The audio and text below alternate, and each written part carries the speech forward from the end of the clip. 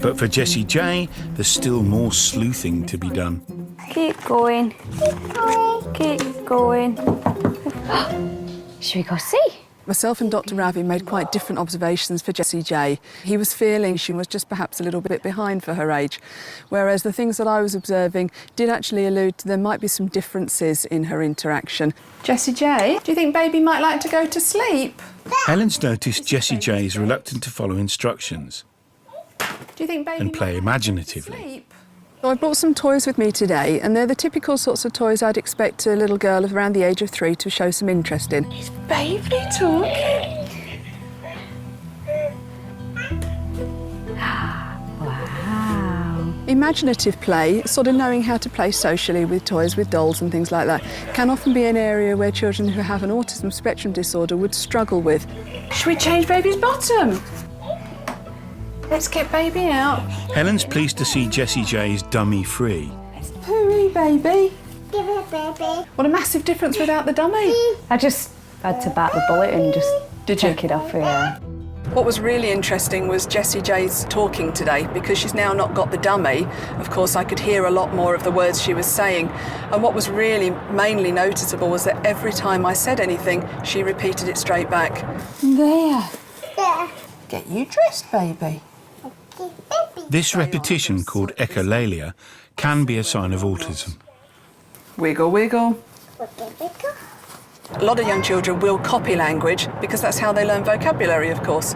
But for Jessie J, it seemed to be different to that. She seemed to literally lift whole phrases and repeat them immediately. There you go, baby. Okay, baby. She okay? You okay? I wanted to see what would be her reaction to being tickled from behind. I could see that she could feel it, but she didn't fully turn round and look at me. It's interesting, my observations so far have been quite different to Dr. Ravi's. It tells us, one, that it's really important to always work in a team. Can I tickle you? Can I tickle you? The other thing to consider is that girls who have an autism spectrum disorder or who show those differences in their development, they are much more subtle. Bye-bye. Whilst Jessie J's hanging out with Helen, Helen's taken her investigation to Jessie J's nursery to see if she has the same rigid routines outside of home. As soon as we say it's time to go out to play, Jessie automatically goes and gets her wellies on. Right, even though none of the other children are doing Yes. that. Yeah. If you suggested that she didn't put her wellies on, would you anticipate that that would be problematic for her? Or? Yeah, she would get a bit upset and a bit distressed. So even in summer, Jessie J's sticking to routines she first learnt in winter. Well, this has been a really useful day for me. I've got loads of information to take back to the team.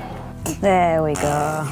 There you go. This one. If Jessie J is on the autistic spectrum, finding the right support early could be life-changing, providing her with a much brighter future. It's diagnosis day for Jessie J, and Dr. Dawn's brought together the team to decide whether Jessie J has a speech delay or autism. I'm feeling a bit nervous because you don't want to hear something. There's some things you don't want it to be, I suppose, and you want it to just be okay. Obviously, if there is something wrong with her, I don't know what it is. It could be nothing, could be something. It's just more important to know that I can help her down whatever road she needs to go. What about Mummy?